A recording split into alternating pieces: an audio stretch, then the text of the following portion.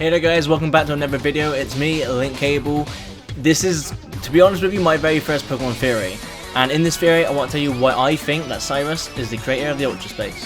So before we get started with this theory, I just want to do a quick rundown of who Cyrus is as a character. Cyrus is the main villain of the Gen 4 Pokemon games of Diamond, Pearl and Platinum.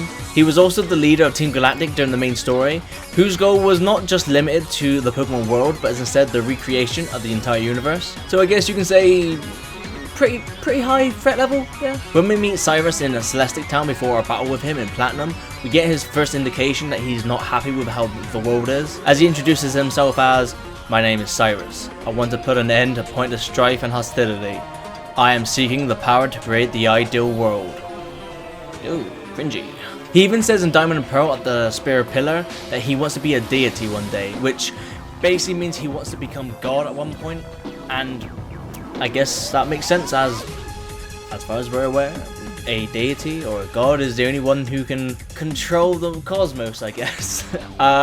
Create a universe, create a sun, create a planet, create life. This makes sense with his goal of basically making his own world or resetting the world we know. And once he's defeated in the Distortion world, he'll say, "I won't accept this. This can't be. Not after all the sacrifices we've made to get this far. What of my new world? Of my new galaxy?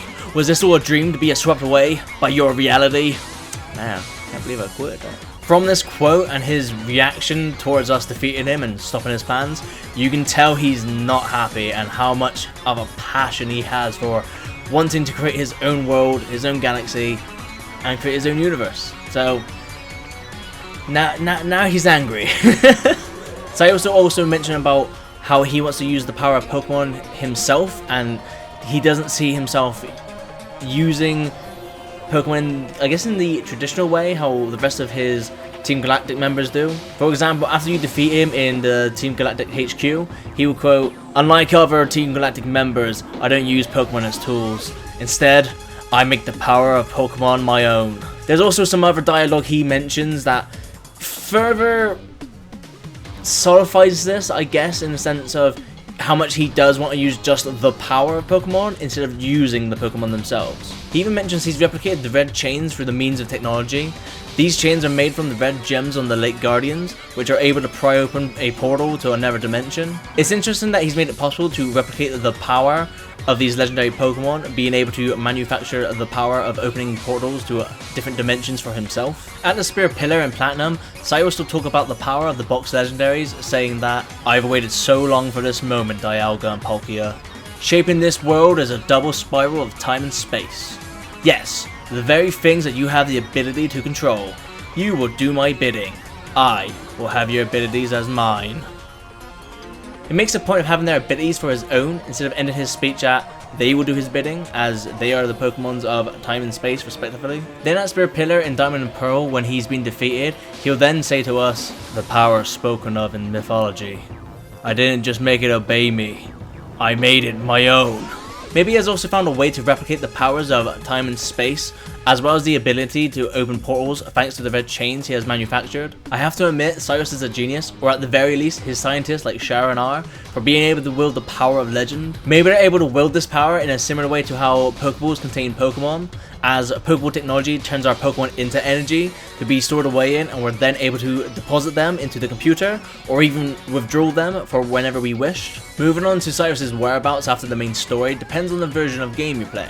If you're playing Diamond and Pearl, once you've stopped Cyrus and Team Galactic's plan, Cyrus will tell the player he is not finished and will try once again to remake the universe for himself, but will not be seen again. Whereas in Platinum, Cyrus chooses to stay in the Distortion world, but like Diamond and Pearl, we do not see him again after this point. Regardless of which game you play, the admin Saturn will take charge of Team Galactic after this point as well. This leaves Cyrus's whereabouts a complete mystery.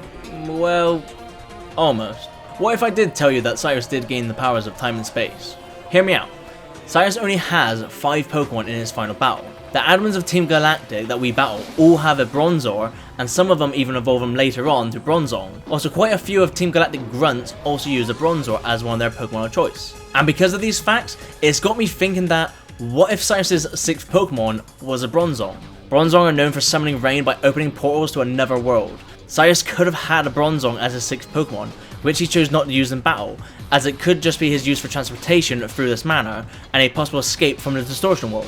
And if not, then what about him using the red chains technology to open a portal to a different dimension, where, because he was able to harness the powers of time and space, like he said, maybe due to the same technology used to make the red chains, he created his own universe that he imagined, that one day we would all come to know it as Ultra Space. Some other interesting points were the fact of Team Galactic's uniform is very much like a spacesuit, and a lot of the characters or citizens who don't know who Team Galactic are do refer to them as spacemen. All high-ranking members of Team Galactic are named after objects in the solar system, such as planets, moons, and even the sun. Could these be possible hints of them expanding out to the outer space, or maybe even ultra space? Possibly in a similar way to how the Ultra Recon Squad travel between their world and our world. Could all this potentially happen in Sinnoh Remakes? But what do you think? Let me know what your thoughts on this theory are in the comment section below. And if you enjoyed this video, don't forget to smash that like button, as All Might would say. And if you want to see more content by me, don't forget to subscribe and enable notifications by clicking the bell icon. Lastly, you can stay connected with me by following me on Twitter if you ever want to see what I'm up to or to contact me at all. Anyway, for now, thank you for watching. I've been Link Cable, and I'll see you in another video. Peace.